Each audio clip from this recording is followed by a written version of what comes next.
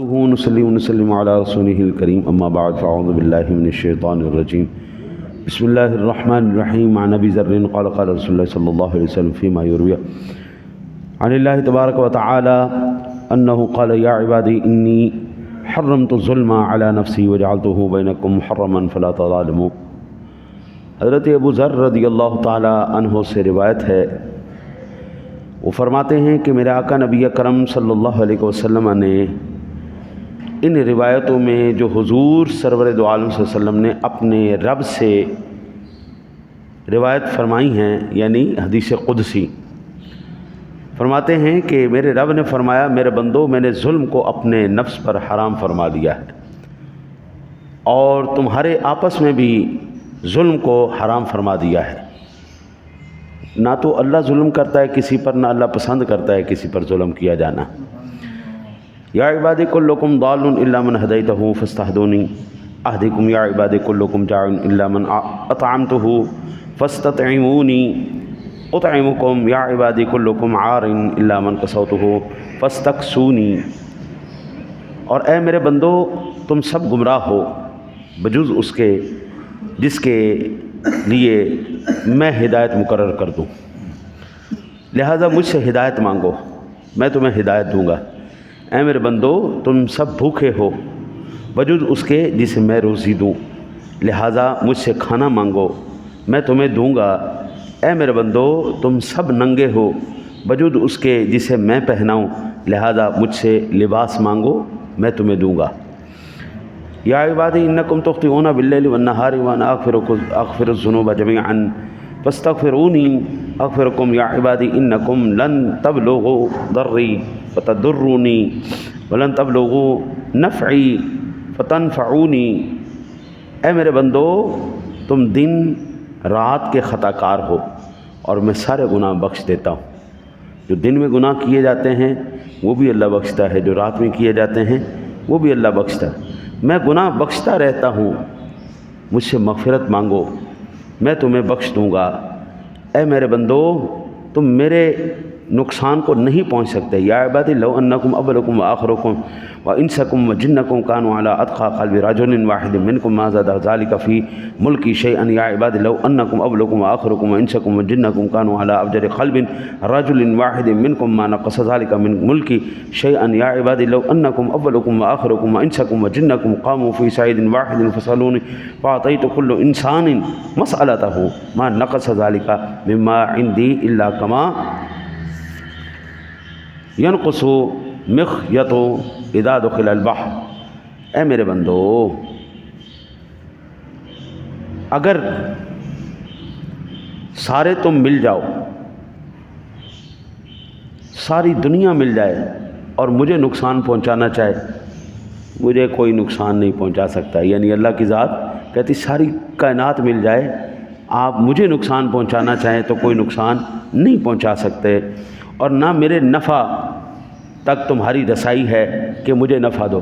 اللہ کو کوئی فائدہ بھی نہیں دے سکتا، نہ اللہ کو کوئی نقصان پہنچا سکتا ہے، نہ اللہ کو کوئی فائدہ دے سکتا۔ اے میرے بندو، اگر تمہارے اگلے پچھلے جن انس اپنی کسی بڑے پرہیزگار کے دل پر متفق ہو جائیں تو تمہارا یہ متفقہ تقویٰ میرے ملک میں کچھ نہیں بڑھائے گا۔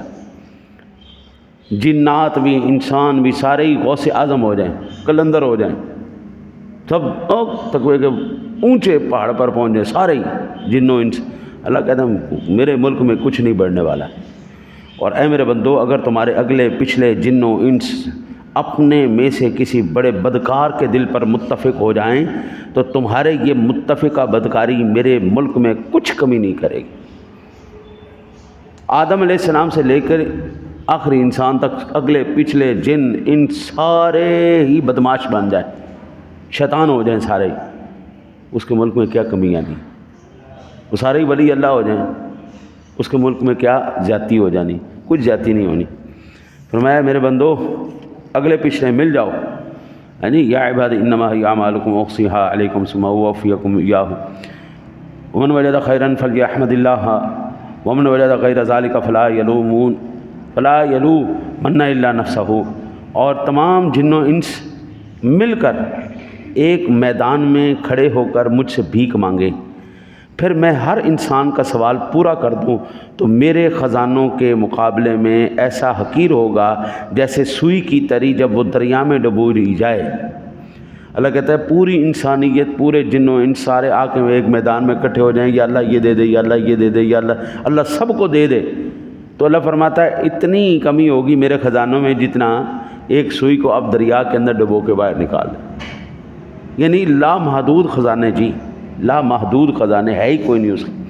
پھر فرمایا کہ وہ دریا میں ڈبو، اے میرے بندو میں تمہارے اعمال میں شمار رکھ رہا ہوں، پھر ان کا بدلہ تمہیں پورا دوں گا۔ جو نیکی پائے تو وہ اللہ کی حمد کرے، اور جو اس کے علاوہ پائے وہ صرف اپنی ہی کو ملامت کرے۔ یہ امام مسلم نے روایت نقل کی ہے۔ اگر اللہ ارشاد فرماتا ہے یاد رکھو کل قیامت والے دن تمہارے سارے نامہ اعمال لکھے جا رہے ہیں، قیامت والے دن کھولے جائیں گے، جو جتنا عمل کرے گا اللہ تعالیٰ اس کو اس کا اجر عطا فرمائے گا۔